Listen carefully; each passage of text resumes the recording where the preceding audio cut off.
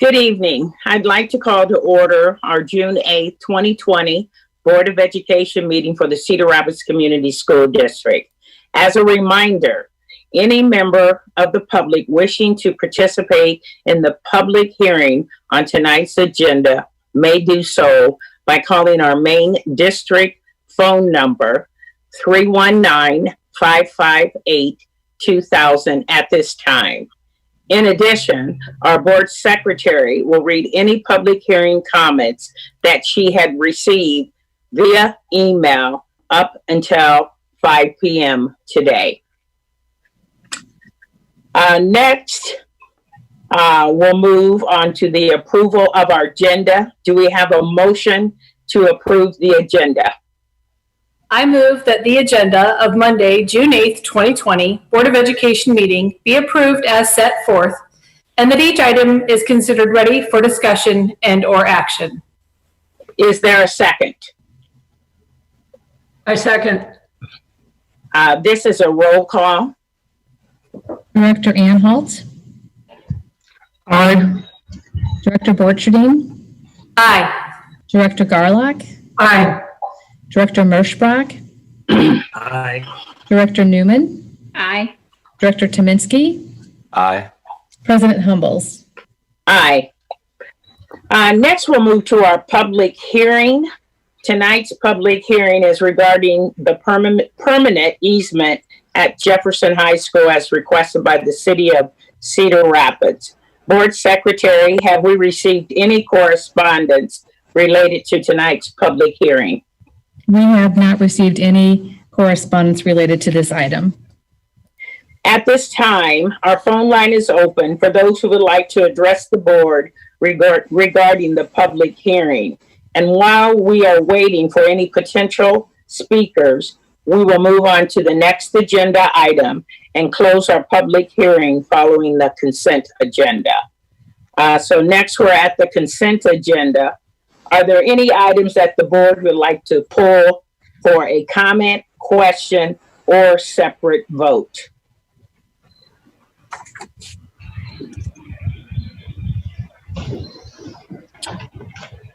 Okay, do we have a motion to approve the consent agenda? So moved, Gary. Is there a second? Second. Is there any further discussion at all? This will require a roll call vote. Director Garlock. Aye. Director Merschbrock. Aye. Director Newman. Aye. Director Tominski. Aye. Director Anhalt. Aye. Director Borcherding. Aye. President Humbles. Aye. We will now close our public hearing. This is true. We have received no phone calls with regards to that. Okay, thank you for that. Thank you. Now we will move to learning and leadership. Next on our agenda is an overview of the district's security initiatives and emergency operation plan. I'll turn this meeting over to Rod, Laurel, and Eric. Thank you, President Humbles and Board of Directors. We're excited to share with you and give you an update on our security plan, our emergency operation plan. As you know, there was a new law implemented a couple of years ago that required all districts to have an emergency operation plan. And it was at that point where we began to work that, and we today want to give you an update of that. So I'll turn it over to Laurel Day and Eric Whirling to provide that update. Thank you. We are still waiting for Eric. He was with us. I'm here. There. He is here. Hi, Eric. How you doing? I'm good. Okay. All right. I'm going to share my screen here. Hold one moment, please. Can everybody see that? Yes? Okay. Yes. Okay. All right. So thank you, Rod. Eric and I are pleased to be here. Tonight, we are going to draw our presentation in relation to the strategic plan, focusing on the areas of student learning, workforce systems, and resources. We have 4 objectives. that we want to share with you as part of our annual overview. Eric Whirling, our Security and Crisis Response Supervisor, is joining me as we take you on a journey of our work. And of course, we'll be happy to answer any questions that you have at the end of our presentation. So first on to the Security Task Force recommendations. As a reminder, this task force came together in the spring of 2018 and was charged with reviewing our current security protocols and procedures. Several outcomes came from the task force, which are listed for you on this slide, and there are a couple that we wanted to highlight for you. The first is at the very top there, the addition of a school security and crisis response supervisor. Eric Whirling joined us in October of 2018, and he assumed the major role and responsibility for staff and student training, community education, and our response plans. As an example, I just want to let you know a response plan would include the emergency operation plan, individual response plans, plans that we have with law enforcement, and also includes our neighborhood reunification centers. And secondly, the task force really placed an emphasis on the training of our students and staff. And as it relates really to the run, hide, fight protocols that we use, this is a way to respond to active threats. The training also includes the development and implementation of curriculum at all three schools and levels. And Eric is going to speak more about these initiatives when we get to his part in the PowerPoint. So shortly after Eric's onboarding, the Iowa State Legislature actually enacted a new law regarding several mandates. And Eric is going to talk to you a little bit about that law, which went into effect on July 1st of 2019. Eric? So as you can see, Iowa Code 280.30 covered a lot of things. Those are bulleted out on this slide. I'm not going to go into them in depth, but those are also listed in the redacted copy of the EOP that was provided. But that's a list of everything that was in that law that we had to come in compliance with. So the first thing that we want to talk to you about, this is the emergency operation plan. Again, Eric said that we had provided you with a redacted copy of that plan. And as you know, that does require board approval on an annual basis. So the high quality emergency operations plan has had a long history of being a priority in our school district. In fact, its existence goes back to as early as 1998. The plan has served us well.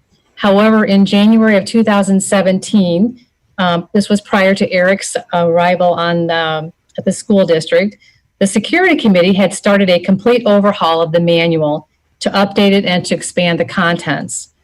The review of the manual had set us up for success when the new law went into place in July of 2019. We had continued to work on this plan. It includes several pieces, which are new to this year, which is electronic access for all of our team members. It's updated routinely after a review of any incident that occurs, as well as an annual assessment by our security committee. And as I mentioned, a redacted copy is presented to you tonight, and we'll be asking for your approval at the end of our presentation. Eric is now going to provide you with a synopsis of our work, which includes current and future security procedures. So on this slide, you'll see several initiatives that we've been working on. I wanted to highlight a couple of those. First, I'm going to talk about Crisis Go. One of the parts of the Iowa Code said that we needed to work on our crisis communications, and Crisis Go is a mobile app that can help us do that. There are several parts of Crisis Go that we were looking into, and the reason that we chose Crisis Go was we were polling other school districts, finding out how they were handling their emergency communications, and we also did a review of several emergency communications methods similar to Crisis Go and decided to start with Crisis Go and see how that would go. We're currently in a pilot program with Crisis Go, utilizing its ability to send emergency communications. Each building will have the ability to send their own emergency communications during an emergency if something should pop up that would require emergency response by the people within the building. The other one on this slide is the student curriculum. Last year, we started doing presentations for the staff in the district, and I went into every building to start getting them prepared to enhance run, hide, fight. So this year, the full run, hide, fight program is ready for staff. That's ready to go, and we've built in time at the beginning of the year to provide that. And the student curriculum is partially done and should be, I think we've got a soft target of having it completed by fall. So future goals, there's several listed up there. I just wanted to talk about a couple just for the interest of time. First, I want to touch on the enhanced EOP. The emergency operations plan currently focuses on what happens during the school day from the beginning bell to the end. What they've talked about in several meetings and articles that I've read is we need to expand the EOP to cover things before school starts and after the school day ends. So that could be things like field trips, athletic events, any other extracurricular activities, and specifically dealing with remote locations like we have Kingston Stadium, which is its own standalone structure. The other point I wanted to touch on was threat assessment. Threat assessment a lot of times comes off as a negative connotation, but threat assessment does not mean we're looking at people and every time we think they're going to do something bad. A threat assessment is literally a formal way to report concerns and then a structure and a group that can look at those concerns to see what sort of resources that we can provide to that person, be it a student or a staff member, to see how we can help them and keep them on a good path and keep things from ever becoming bad. So it's not a blemish on anybody's record. It's a way to report and to assist those that might be having some issues. So in conclusion, we just want to let you know that the work never ends. As this is the case with all of our improvement efforts. We utilize the high reliability schools framework. You're aware that level 1 of HRS relies on a safe, supportive, and collaborative environment. What this includes is not only a wellness of mental frame of mind for everyone in our district, but also their physical environment. This framework shapes our work. President Hubbles, I just want to remind you and the rest of the board members that the emergency operations plan does require approval. So whenever you're ready to take a vote, and with that, we are ready to answer any questions that you might have.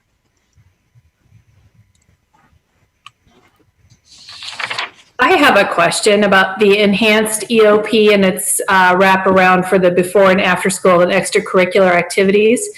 I'm wondering if there's an effort, a collaborative effort to include some of our partners that provide before and after care in our facilities in that EOP plan so that they're using the same language and procedures.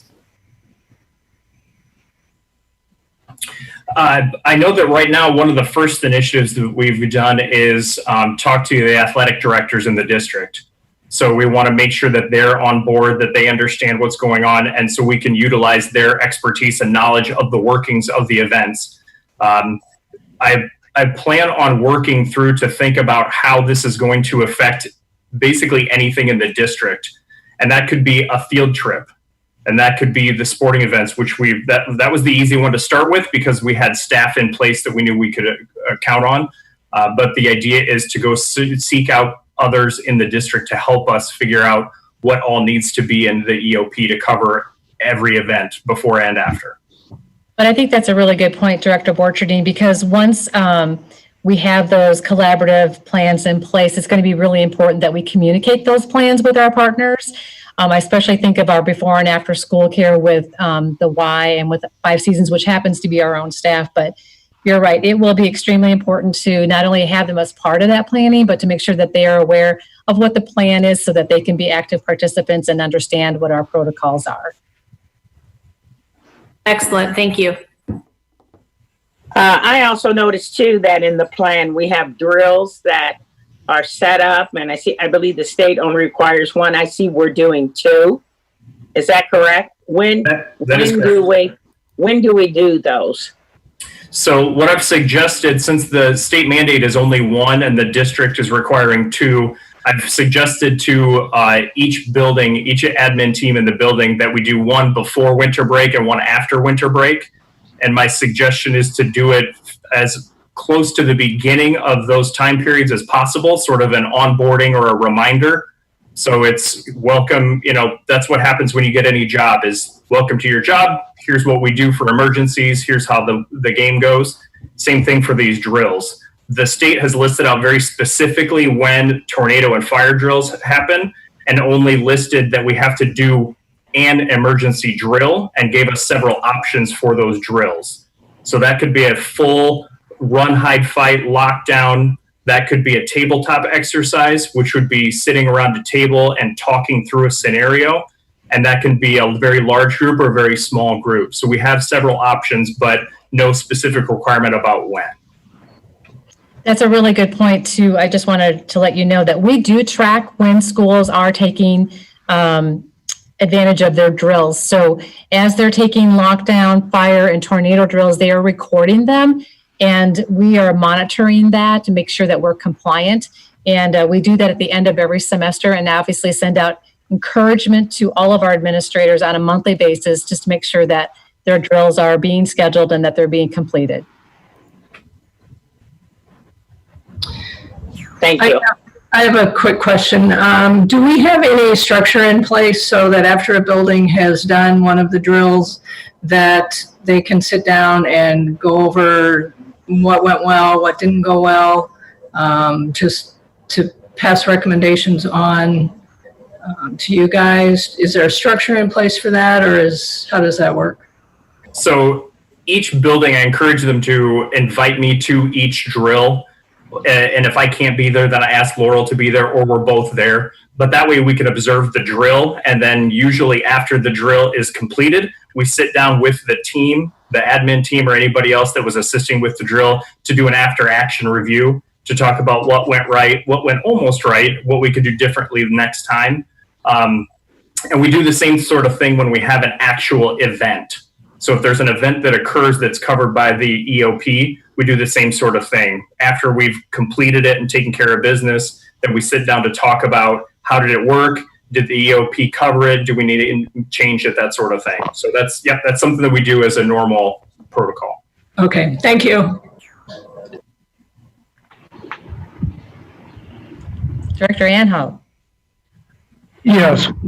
I believe that one of our greatest assets in school safety is the relationship between students and staff, and their ability to be able to feel that they can communicate.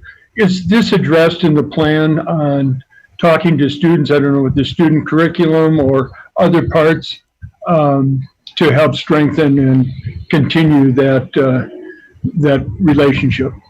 So you're absolutely right, Director Anhalt. That is our number one. That's our number one source that we should always start with, is the relationships that we've got, because that's your best form of defense, is to have those established relationships where students feel comfortable coming to talk with adults about issues that they're concerned about or that they're hearing about. It goes back to this: if you see something, say something. And as part of our presentations that we do with staff, and I'm sure it will be included in the curriculum, it is about the relationships. It's exactly where it starts. Thank you. That ties into the threat assessment as well. If we don't have a community within our schools that allows students to have a person in that school that they feel comfortable talking to, they won't tell anyone. And that's something that even last year during the presentations, and will continue going forward, that's something that I talk about, is encouraging the staff and motivating them to find ways to connect with their students, so that each student has at least one person in their building that they feel comfortable talking to, no matter what. I have an additional question. I'm wondering if there's, sorry, clock. Sorry. I'm wondering if there's a process after the drill is complete that students are kind of make sure that there's like a de-escalation for them, that we're touching base with them and making sure that they're comfortable with the process and the drill that has just happened. I know that happens at the elementary and middle school level. Before a drill even occurs, the staff are provided some guidance with how to have those conversations with our students, particularly the first time around that you have a drill. Even tornado drills and fire drills, they can be very scary for some of our children. So it's really good to have that conversation prior to any type of drill happening. And then following that drill, talking with the students about their concerns, their fears, what did they think went well? What could we do better? So it's really about making sure that they understand that this isn't meant to be scary. This is meant to be a way for us to learn and to live. And it's a proactive approach to making sure that we all understand what to do in times of crisis. So really just that proactive approach to making sure that we all stay safe. And those conversations are really, really key and important. Just as important is to make with some of our staff. Some of our staff have those same kinds of fears. So those conversations ahead of time are really, really, really key to the success.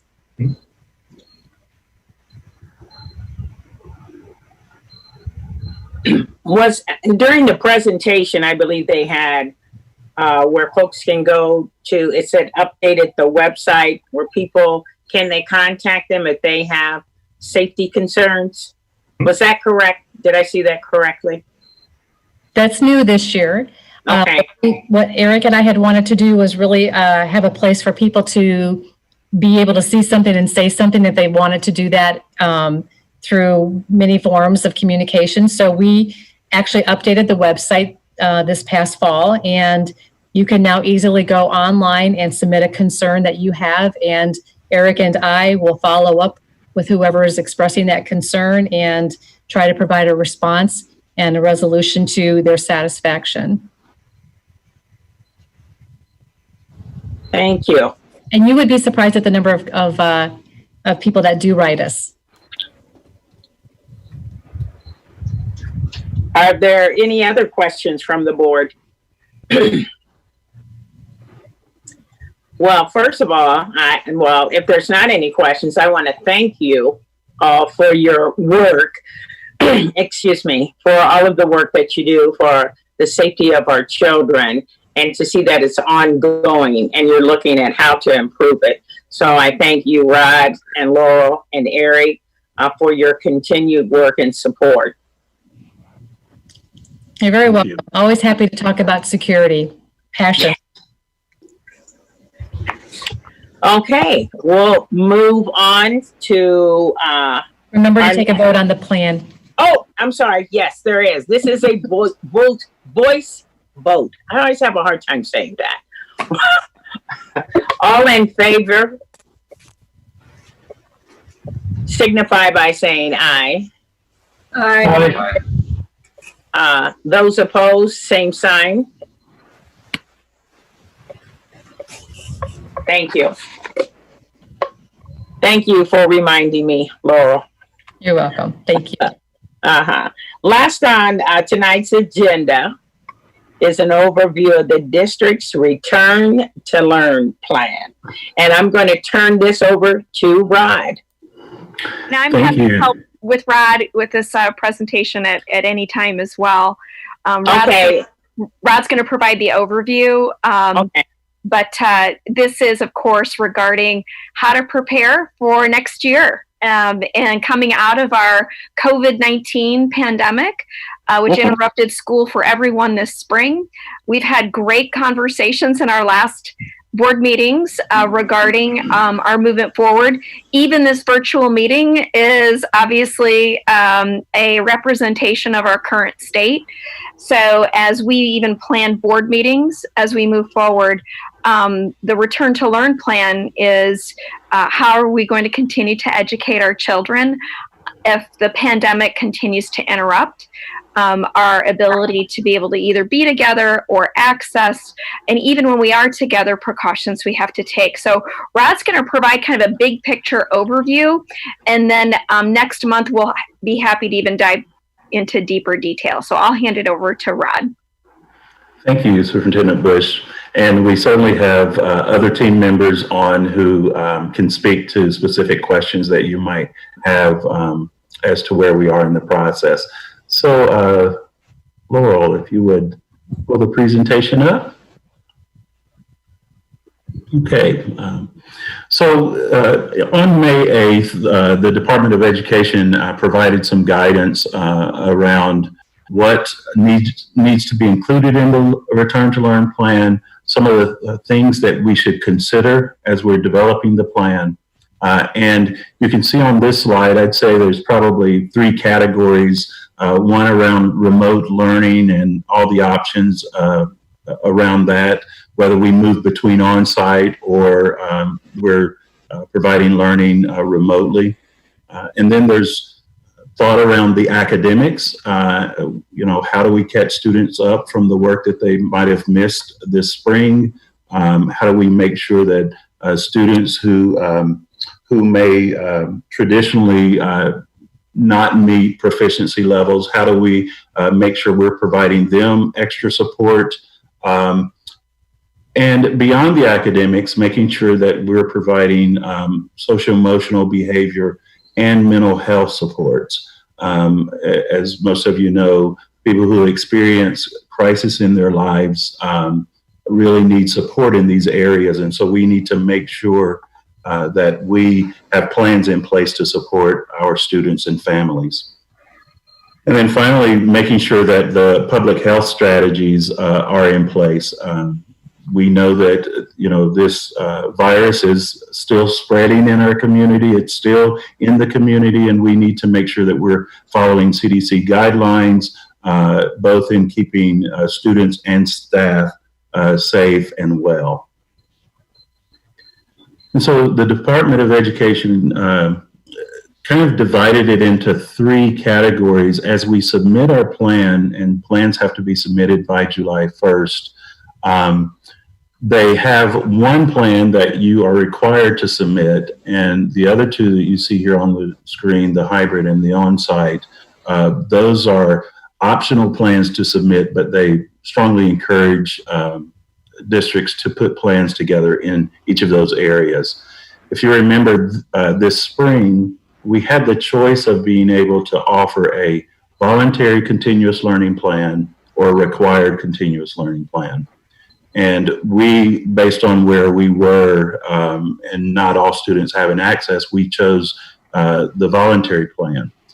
Before the submission of the Return to Learn plan, we have to, every district has to submit a required continuous learning plan, which will require ongoing instruction. If indeed we had to shut down, that we would still have to provide instruction. We would grade the work. We would provide students feedback and assessment on how they're progressing. So we would be required to do that. A hybrid plan, they ask us to put in place or to consider, just in case we needed to go between the 2, and how does that work, and how do we facilitate that? And we've had a lot of discussion around that, because that does create a lot of challenge, and we think that there's probably some continuum to think about on the hybrid learning plan, and we can talk about some of the thoughts we had around that, whether we have all of our students on site, but there may be some number of students who, because of their own health conditions, may not be comfortable in coming on site. How do we provide continuous learning for them? Or if we have a total shutdown and there may be some students who really need to be on site to support some work. And so that's kind of how we're thinking about the hybrid learning plan. And then you see the on-site delivery plan. That really is everyone back on site, but I do want everyone to understand that that still is going to have some differences. So it might not look like our traditional on-site learning that we've had in the past, but we'll have to really take into consideration the safety and health standards that come out from the CDC, and how we might need to continue to emphasize hand washing and hygiene, how we might need to consider staff who may have underlying health issues, and how do we support them, students as well. So even on-site delivery does require us to really think through different scenarios. So on the next slide, we wanted to make sure that as we're considering this return to learn plan, that we align it to our school improvement framework, the high reliability school. And you see this model that we've shown you multiple times. And so as we've aligned it to this, we have listed our 5 priorities, things that really are important in our return to learn plan. The safe and supportive and collaborative culture for staff and students, technology resources. I know at a prior board meeting, we discussed this at length as to where we are with technology for all of our students to support remote learning. Priority 3, effective teaching and guarantee and viable curriculum, making sure that our staff is ready and able to support teaching the curriculum and the standards, both in a remote and on-site. And in our facilities, we need to make sure our facilities and our transportation plans are in place. And then finally, the family engagement. How are we engaging and checking in and connecting with students and providing support, even hopefully prior to school starts? We need to, it's been a long time, that students have been outside of our buildings. How are we going to check in with them to make sure that that they're okay and have the supports that they need? And so we're in we've been working the plan, but don't have any pieces of the plan to show you today. I just wanted to kind of let you know we're going to be collecting more data throughout the summer to make sure that we're engaging with our communities, both our staff as well as our families as we craft this plan. But we do know some things. First of all, like you've heard again before, that not all of our students have devices and access to the internet. And so Craig and his team are really working on that. We also know that, over half of our students struggle with just the basic needs. And that's why having those food sites for nutrition, for food distribution has been really important and will continue. And then, I'm sorry, this one didn't get updated here, but 33% of our students make use of our transportation system. So over 5,000 students, ride some district vehicle, whether it's bus or vans. And if we think about having to social distance in transportation, that's a real challenge for us. And so we're getting some experience with that through our summer athletic programs. Staff survey, we provided staff a survey a few weeks ago, and we asked them what are the things on their minds around this, and they certainly were concerned about students having access to the internet and devices, as well as some of themselves having access to the internet. They're concerned about the social emotional learning for the adults and students, both adults in our system as well as the families. And then we said only 6.5% of our staff felt comfortable teaching in a virtual environment. And so this was really important for us to understand as we begin to lay out professional development for staff. So that we can really address each of these areas. So on our next slide, I'd like just to show you, we had a few days of professional development here at the end of the school year. We just wrapped it up. And we took that data from the staff survey and laid out this professional learning. I was I was kind of proud of the team. We had spent some time before the spring break and the shutdown of laying out our professional development calendar for all of next year. Of course, the pandemic happens, and then we've got June professional development right upon us, and we needed to kind of scrap that plan and put a plan in place that was more relevant to the things that our staff needed, and having the feedback from that survey was really helpful for us. So we provided professional development around these different areas, focus areas that you see on the slide. On the next slide, this is our priority. And we do believe that focusing on these areas is still aligned to our strategic plan, because the academics are still in there, the safe and supportive culture is still in there. All of these things are still aligned, but we do know that we've got to consider what environment our students might be in and our staff might be in order to make this happen. So our high reliability district team, which is Superintendent Bush's staff, we are focused on this. We want to make sure that we're providing direction and making the appropriate decisions around this. We have all of those 5 priority areas. Our work teams that are they're looking at data, they're working on their strategies, they're planning professional development.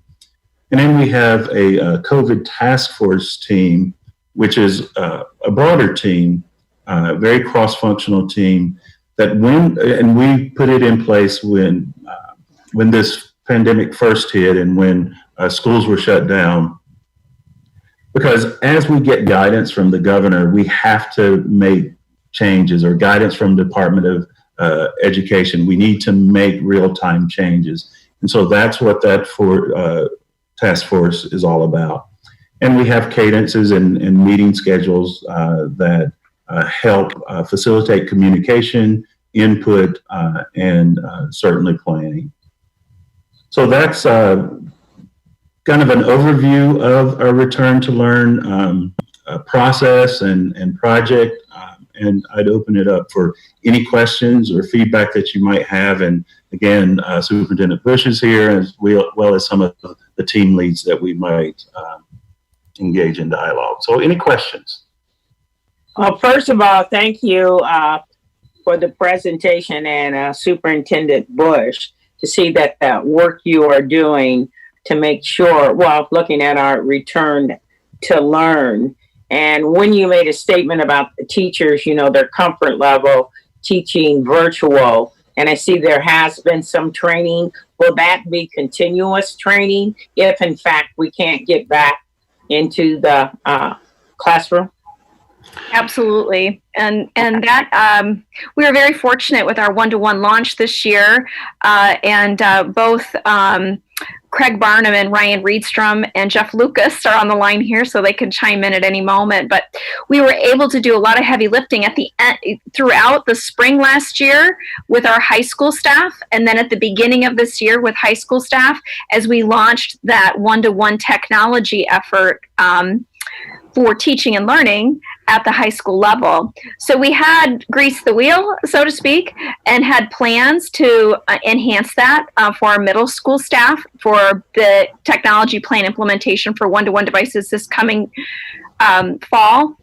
However, the plan needed acceleration for everybody.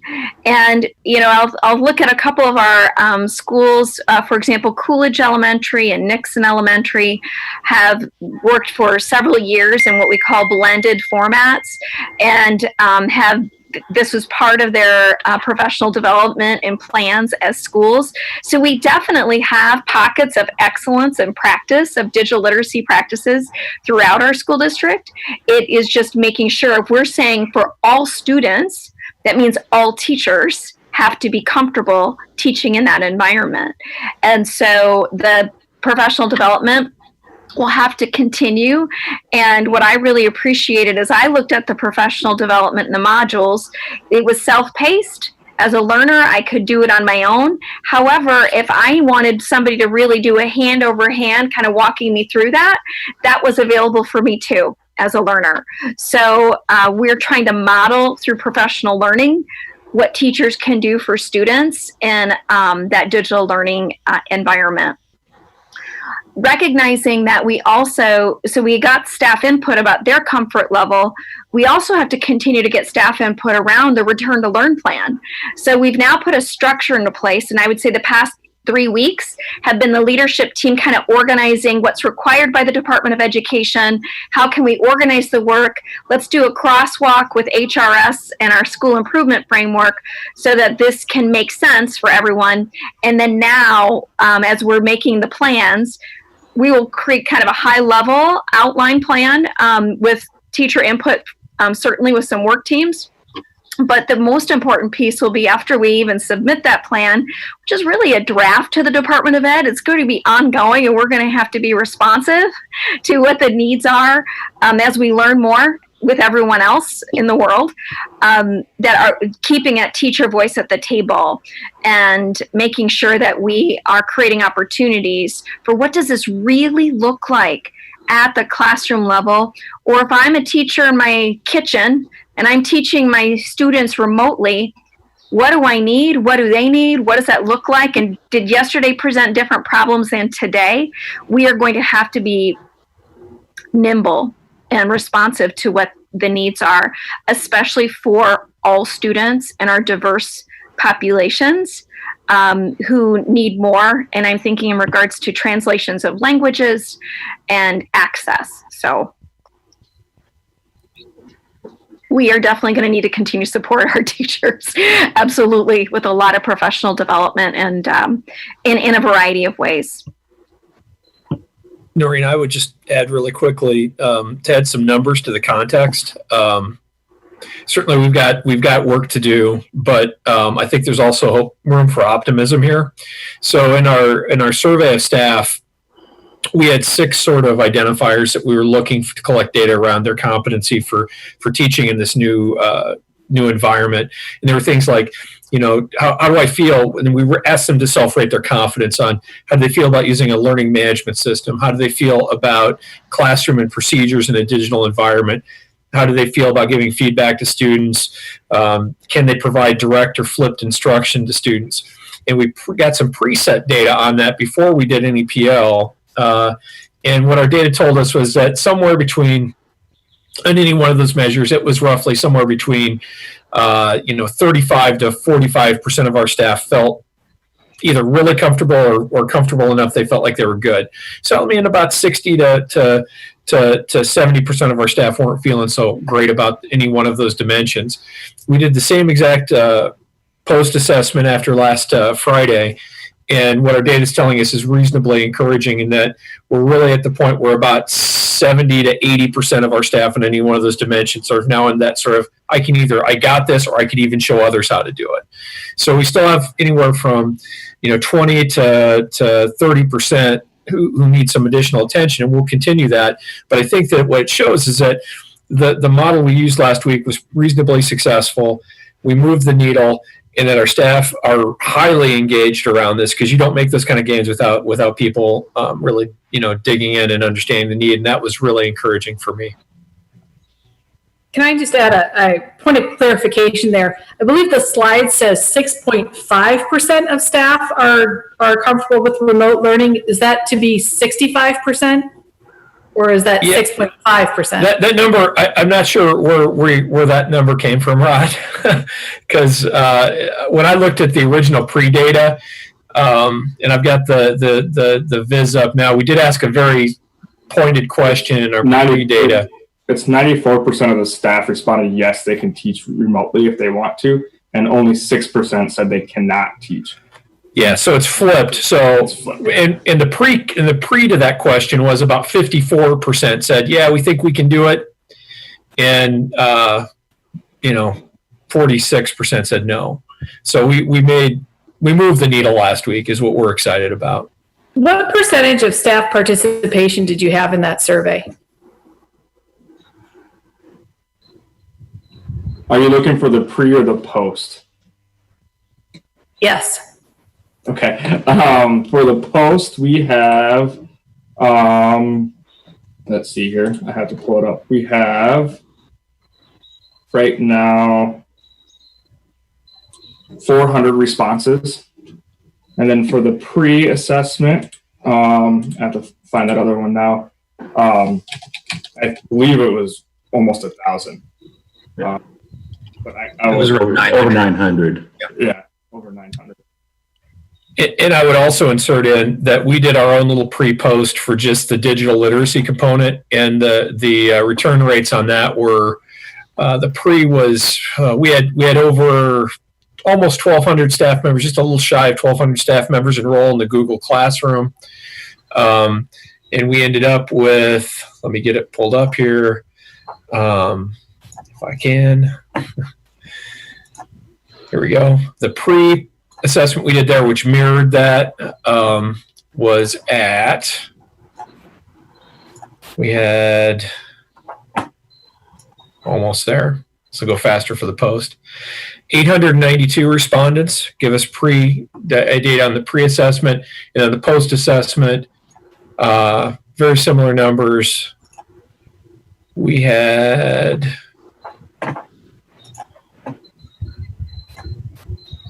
752 respond in the post, and the confidence numbers look about the same when you run them against the Tableau Viz. So.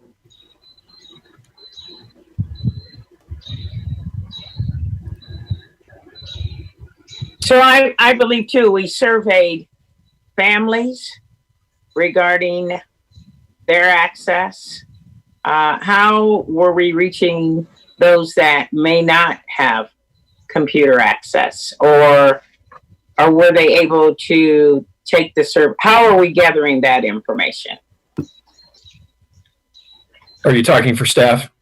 President No, I'm sorry, for families. Yeah, so in the of our students, if they didn't receive the survey electronically, what other way are we reaching out to them so we get some accurate information, or we get the information that we need? Yeah, so when we started the pandemic, we started off with the survey, and then principals and teachers called and made contacts. And so and then they put the survey data in for those students. So they were making those one-on-one connections if they hadn't received, if the parent or guardian had not filled it out. So we made personal contacts for that. And we had about 15,000 responses, 14,000 responses. And the nice thing about that too is as we were doing mailers, we were able to update addresses in Infinite Campus too with returned mail and that type of stuff to know that these addresses aren't correct. So Angela Billman, huge shout out to her. She did a lot of work on updating addresses in Infinite Campus. So the silver lining of all this is we're getting really clean data because we had to make so much personal contact. A real help there was providing the opportunity for hard copy resources, because so we had so many families requesting the hard copy resources, and that the meal sites were a challenge for them to get to, as well as electronic access. So we provided that additional communication, and they would call and they would request a mailer home. And so that gave us that additional opportunity of conversations with those families. I will say, I am sure we didn't get 100%, but to have over 15,000 is pretty good. Pretty good. We know that we've got some that we still need to communicate with, and we're not quite sure, and probably won't be sure until we get through registration of families who were so severely impacted that they actually left the area, and maybe they've gone to move in with other family members somewhere else. And so that will be a challenge for us to find out if folks have actually left our community, and that's why we haven't been able to track them down. Thank you. I would like to thank you guys for all the work you're doing putting this plan together. Literally, it sounds to me like we are reinventing public education very quickly here. So I I appreciate the complexities of this, and certainly I appreciate all the work that you're putting into it. A couple of questions. Superintendent Bush referenced the teacher input, and it sounds like that will be coming after the DOE plan goes in, and we have that broad outline. Then, am I understanding correctly that then the teachers will have more? We will have. Yeah, that's an excellent question. So we have our 5 work teams, which are really led by some district leaders. Each one of those work teams is going to gather input from teachers. I will say probably some will be more heavily teacher input than others. The family engagement, the area around teaching and learning, and then the social emotional area will have the greatest teacher input. Operationalizing transportation and nutrition, absolutely, as we implement that in each school, we'll need teacher input, but developing the plan won't require a lot of teacher input. It's going to require our transportation team and our nutrition team to develop what that looks like based on their department guidelines and the CDC guidelines. And then, as well as our technology plan is really focused on access. And so that has a lot to do with operationalizing our current tech plan. Implementing digital literacy in the classroom, that's where we're going to need more input from our teachers. So we will be getting teacher input now, but it will be more heavily as we implement at the school level, wherever we land in August, between July and the beginning of the year. Okay, so sort of in that same vein, in our strand of family engagement, do we have a plan to have community representation within that strand? Yes, we in that strand, we want to make sure that we are engaging the community in the conversation as well. Once we get kind of the framework of the Return to Learn plan, we want to hold some I'd say focus groups with some community members to make sure that they have eyes on it and can provide some feedback. Because as well as we want to survey the community too, to make sure that we have addressed some of their specific needs. Because that's, I think, the most important thing. They experienced something in the spring. And even though it was a voluntary plan, they had an experience that we want to capture some of that feedback to make sure that we don't miss something in this future Return to Learn plan. Okay, good. Yeah, I think those conversations with our community members are really important, just to make sure that they have input and to make sure they understand the complexity of this process. So thank you for those answers. I have a question, Rod. I believe with the family engagement, I believe you're chairing that. Are you overseeing that? With your departure, who will step in to keep it going? Well, Superintendent Bush certainly will, but Adam Zimmerman, who did a lot of work with Not Without Me and has been really leading a lot of the efforts on family engagement, he will take that one over. I do want to give a shout out to our future Deputy Superintendent, Nicole Koiker, who will be joining our team. She has been joining some of our administrative teams meetings, and she too she's currently superintendent in another district. She's drafting this for her district as well, but she's been engaged in our work, so she's transitioning and engaged in that work as well. So she'll be working with the team too. Thank you. I want to thank the whole team on their work. Who would have thought we would be where we are right now? And as Director Garlock said, I think we certainly, education will not be the same. I think after this, there will be some ongoing changes. A couple of points. One, I appreciate the fact of the teacher input, and I think it's important to continue to have those that are closest to where the direct contact between students and staff have an input into or some reflection on the plan as we move forward. But I think it's also important that some of the other service areas, the transportation and our cooks and our custodians.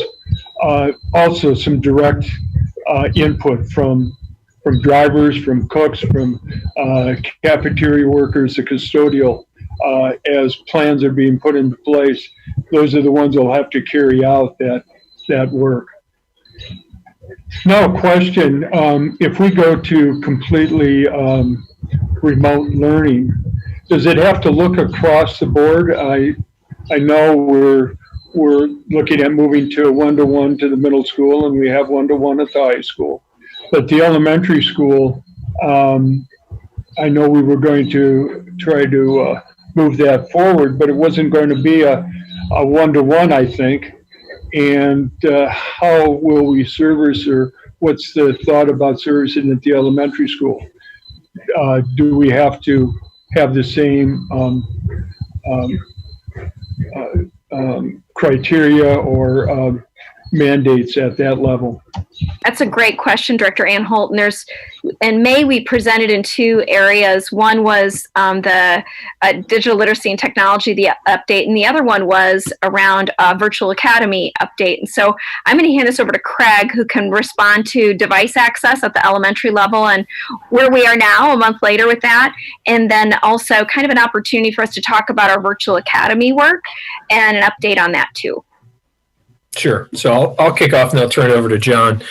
So we did go ahead and accelerate the technology plan, and the team pivoted on a very tight space, and we met with the oversight committee, the silo oversight committee, a couple weeks ago, and met with Dave Nicholson and create a plan to get a device in every kid's hands next fall. We're excited because on the consent agenda tonight, we actually have those purchases going in. We'll be placing them in the purchasing system tonight. So, Jeff, I know as soon as this meeting is over, we'll be placing those orders and we'll be going from there. So we're very excited about that. It will be a full one-to-one. The thought process being that those devices won't go home unless there's an emergency. So it's going to be a little different. We're also excited that in the same breath, because the device doesn't mean much without internet connectivity, that we've got a 1-year plan to purchase 1,500 hotspots from T-Mobile, and that's also was on the consent agenda tonight that we'll have in place for fall as well. So from my team's lens, there's multi dimensions to this. One of the things that we're really focused on in the next step is getting the stuff here, getting it inventoried, tied to a kid, getting through all the logistical details, and then figuring out how to get them to the buildings by the time school starts. That's going to be incredibly tight. But we're working on that, and we're going to do our best to get it there. So we should be relatively well leveraged, both in terms of devices and internet connectivity for our community as well. So that's exciting, which sets us up for the exciting news that we got this week too about the virtual academy, which I'll turn over to John. But before I do that, are there any questions for me that I was unclear on that? Well, if we do go to remote learning, wouldn't those elementary one-to-one devices have to go home then? Yes, that's entirely the plan, Gary. Director Anholt, yes, we would entirely plan to send them home, but the thought being, if we would start, let's say, in brick and mortar, they would stay as classroom sets, but they will each kid will be assigned a device. So. Thanks, Craig. And although this doesn't directly relate perhaps to the elementary access question, probably a good opportunity to update around our virtual academy, which we got some news on Friday. And so handing it over to John Rice. Sure. And I'll share that just as a quick segue. Several board members have asked about teacher input, and we did our teacher professional development days with all of our elementary teachers on Thursday and with our middle school and high school on Friday.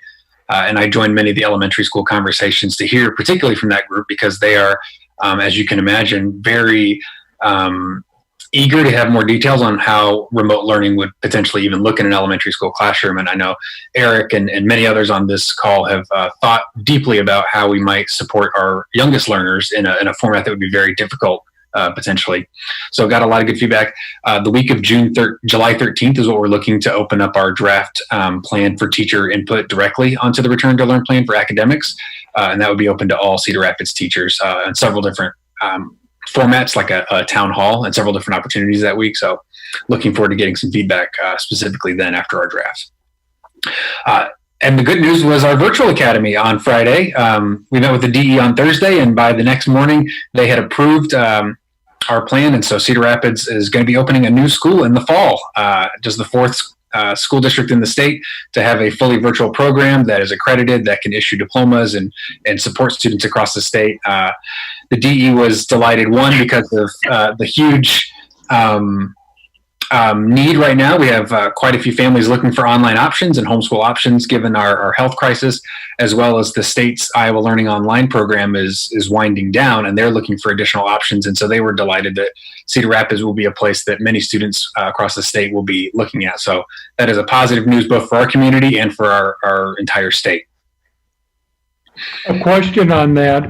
Are those students then, do we give full funding? Yes. For students that are Yes. enrolled in the academy? There are students. It's a school of ours. It's our students. It's a little different than the homeschool program. A lot different, actually. But yes, they are our students.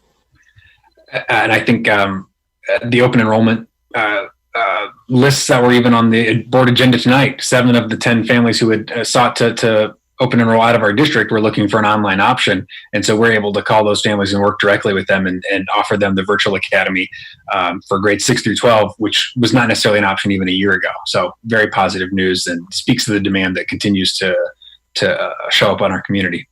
That was going to be my question specifically. Do we reach out to those that were applying to Clayton Ridge? And as a district, whether we should or not, are we able to deny open enrollment when we have that option here? So every time we get a request for Cam and Clayton Ridge, we call the families and say, did you know there was a virtual academy? Most of the time they did not know there was a virtual academy, and that makes total sense. We didn't broadcast it widely this past year as a kind of a pilot program. But we call them and let them know. And we've had most of the enrollments come directly from those kind of conversations. I had no idea there was a program. How do I get involved? Who's my counselor to go talk to? And we take care of it. We do have on occasion, like you saw tonight, a couple of families that said, we still want to do our program. And a lot of those are at elementary. I think there's even a 4th grader on the open enrollment denial tonight. And a 4th grade family wants to go out, and our virtual academy is right now grades 6 through 12. And so there's a little bit of a difference there. But the state's asked us to be more flexible during the coronavirus in how we respond to families with the timeline of March 2nd was the deadline. So we have been flexible when possible with those folks. Thanks a lot, Jen. Can we put that on the website, have an announcement? I know it just happened, so I'm sure that a lot of work to do on it, but for general public, so we're somewhat recruiting from outside the district even. Colleen and I are meeting tomorrow afternoon to map out the marketing and communications. So absolutely. I'd like to put it on the side of buses, on billboards, You want it everywhere. Yeah, let's get it out there. I'm just so proud of the support of the board for all innovative practices we've had in place for well over a decade, from magnet schools to competency-based education, project-based learning, blended learning, Iowa Big, community-based schools, virtual academy, our own homeschool program. We have so many choices and options for our families, and certainly the pandemic highlights that people are asking for a different need for maybe a different purpose. And Cedar Rapids is positioned very differently than many other schools because of what you've supported over the past decade, and that is to explore different ways to provide education, high quality education for kids. So thank you for that. And just so proud of the team, and Christina and John and the team worked so hard to make that application happen and to make it happen so quickly based on what what I've heard from the experiences from the past, it's because we had a lot of evidence in our district of the best practices already in place, and that we already had the work underway. We were not starting from scratch. So hats off to the team and all the efforts. So thank you for the support around that. You know what? This deserves a big hand clap from all of us. Yeah. To all of you that did this work. Thank you so much. Are there any other questions at all? This has been very informative. It allowed us as a board to ask questions, seeking clarifications. And like most of us have said, you guys are doing excellent work. We appreciate that. We appreciate you, Superintendent Bush, and your team, and everyone that's been involved. This is a different type of year for us, but we are standing strong. We are looking out for our students, staff, families, our community. So I would like to thank you, because I know this requires a lot of work, and you guys have put in the work. So I do thank you for that. Before we move on, were you going to move on next? I know I'm going to wait for you to. Okay, very good. So, President Humbles, I do have an additional question. If we could just go back to a second to if we are the plan that needs to be submitted to the Board of Education by July 1st for that first segment, that virtual instruction. Is attendance required? That is a mandatory requirement, correct? Correct. Is there a mechanism in place to work with students and families that may have some difficulties in making that requirement happen? Yes, and so locally we determine what that looks like and how we determine to take attendance in the virtual experience. The Department of Ed's been very generous in creating a lot of resources. Some of our, so admittedly, the past 3 weeks, we completely ditched our professional learning plan, as Chief Dooley said earlier, and recreated our plan to support our teachers of what was needed at the end of June. And so as we continue the return to learn plan and getting our teacher input and community input, we also know that the Department of Ed literally daily is providing more resources to us and guidance. So these are some of the questions we've been asking, is what about attendance? So that is a locally defined decision about how we do that and how we take attendance. As I understand, some of the other districts who did the required return to learn plans, some of them did it by a requirement of students having to log so many hours. But most, I think, started looking at standards-based and competency-based efforts, and that students were actually demonstrating their learning, and teachers were assessing that learning in a virtual way, and then making sure that students were in attendance of what was required through the modules of learning. And certainly that was in this way, kind of like in Zoom or in Google Chat or other ways in which they're accessing their students, as well as virtual modules that are created for them. So it is different. It does look different. And we also know that so the Gazette ran an article, they interviewed me a little while ago about our return to learn plan. And my greatest concern is for our families.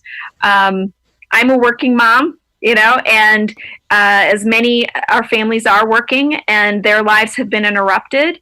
And if they have to look at other ways to get childcare for their students or keep their children home, the education access to the students has to be flexible too. So we can't necessarily say it's going to be 8 to 3 every day. We know that families are going to need flexibility and access. So we are going to have to think differently about what that looks like in that continuous learning plan.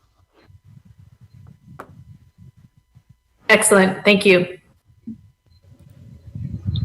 Are there any other questions from the board?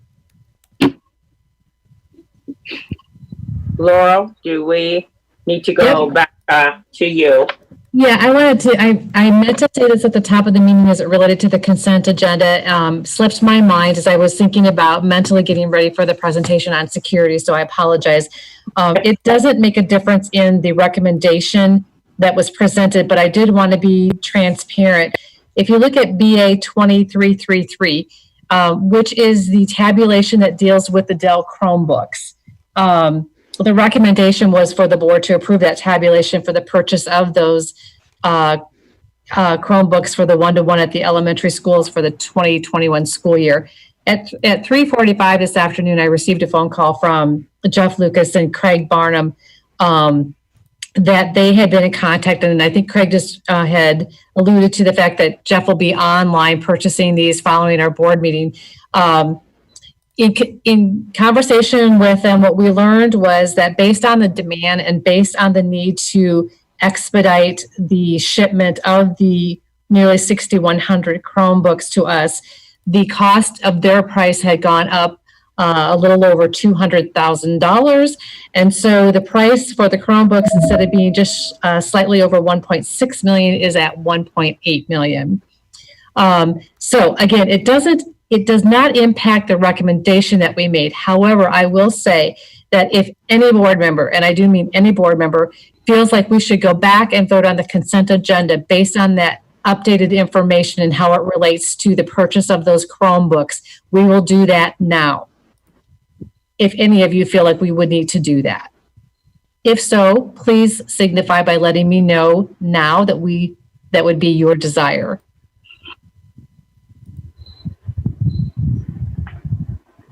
Very Was good. there flexibility in that motion that in the consent agenda that would allow for an increase in price? Yes. So I did check with legal counsel this afternoon when I got that information, and the recommendation stands. The recommendation states that the board would then approve the tabulation to purchase the Chromebooks for the one-to-one. It does not specifically list a price in the recommendation. So in full transparency for you, we wanted you to be aware that as late as this afternoon, we did receive that updated price. And again, if any of you feel like we should go back to that consent agenda based on that information that you now have, we will certainly do that with no issue. I don't believe we have to, and I think it's a good idea that we get on the phone this evening before the price goes up any higher. Supply and demand, supply and demand. Well, here's the deal. So we had preliminary conversations with Dell about this, and they were giving us numbers, and the delivery window was continuing to extend out. So when we had a real serious conversation today saying we're going to place this order tomorrow, they finally gave us a figure that they felt really solid about, and it was like 105 days, I think. And Jeff, you could chime in here. But because we've done so much business with them, they offered us the opportunity to expedite, which means they would, at cost, fly the parts in for assembly. And so they passed along a per unit cost increase that puts the devices here hopefully in a closer to 50-day realm, which gets us right around mid-August, which is still going to be very challenging, but at least gives us a shot at puncher's chance to get ready. And so I want to commend Jeff for getting after that and catching it and then pursuing every possible option, because otherwise we would be dead in the water waiting for devices until October. And this will be reflected in the minutes. So again, just being very transparent about that cost increase, not impacting the recommendation, but just wanted to let you know about what we had learned very late this afternoon. So apologies for not bringing that at the top of the consent agenda. I thank you for letting me explain what had happened. Well, and not a problem, because we know this is what's going to be right for our district. So we've got to do it. So that's a good thing. Thank you, Laurel. Thank you. Next, as we are adjourning our meeting this evening, we'd like to close in a moment of silence to recognize one of our staff members.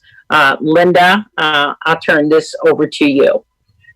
Very good. Good evening, and thank you for this moment of silence. I think Justin is going to put a picture up of Lori. You get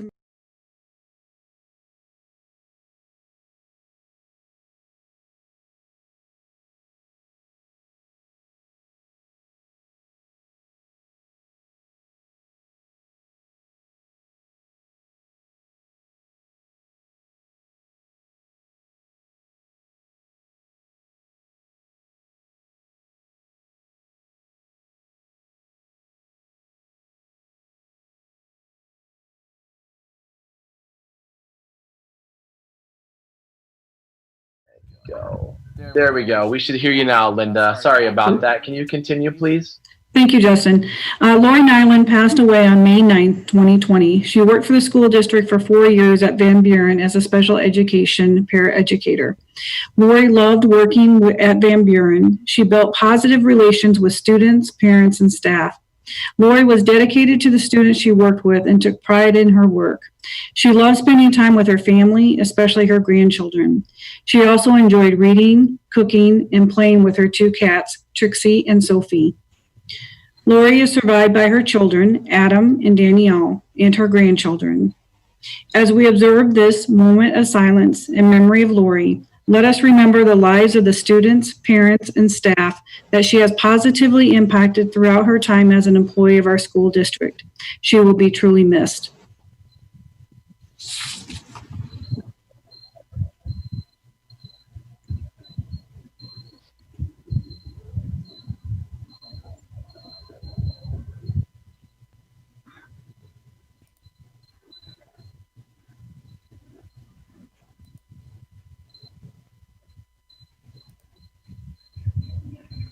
Thank you. Our thoughts and prayers go out to the family, that they're okay. Yeah, thank you. Thank you. That was the last on our agenda, and we stand adjourned. Have a good evening, everyone. Thank you. Thank you.